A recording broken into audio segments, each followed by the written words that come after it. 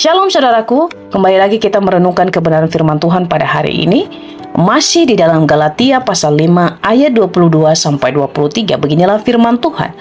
Tetapi buah roh ialah kasih, sukacita, damai sejahtera, kesabaran, kemurahan, kebaikan, kesetiaan, kelemah lembutan, penguasaan diri. Tidak ada hukum yang menentang hal-hal itu. Judul renungan hari ini, kebaikan. Banyak orang berpikir bahwa orang yang baik adalah orang yang berbuat baik kepada kita. Sedangkan orang yang jahat adalah orang yang tidak baik kepada kita. Maka yang menjadi pertanyaannya adalah, apa yang menjadi patokan untuk mengukur kebaikan seseorang di dalam setiap hidup kita?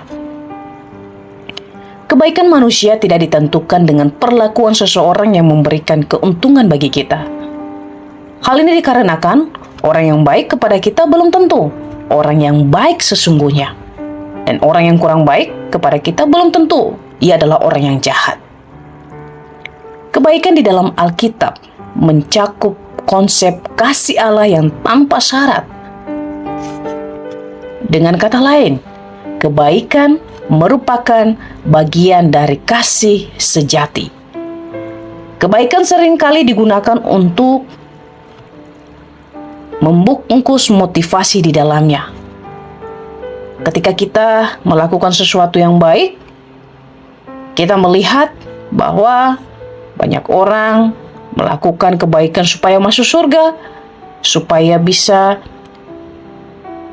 ditolong, supaya bisa mendapatkan hasil yang baik, atau supaya bisa memberi keuntungan kepada diri kita. Tetapi konsep kasih yang sejati kita bisa lihat melalui konsep kasih Allah. Ketika Ia memberikan kebaikan kepada kita, bukan karena kita baik, bukan juga karena kita berbuat jahat, tetapi semua kebaikan yang Allah berikan dalam hidup kita semata-mata hanya karena anugerahnya saja.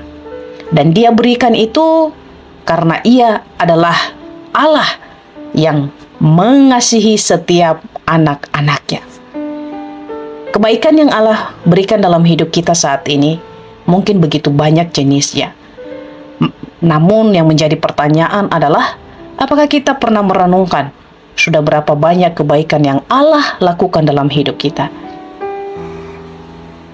Sudahkah kita mensyukuri setiap kebaikan yang sudah Tuhan berikan bagi kita? Atau mungkin kita bertanya, apakah kita sudah melihat setiap kebaikan-kebaikan Tuhan dalam hidup kita sepanjang 1 minggu mungkin, sepanjang 1 bulan, atau sepanjang 1 tahun. Tapi biarlah semua kebaikan Tuhan membuat kita menyadari bahwa kita memiliki Allah yang memiliki kasih yang tanpa syarat. Biarlah firman Tuhan ini menjadi berkat bagi kita. Amin.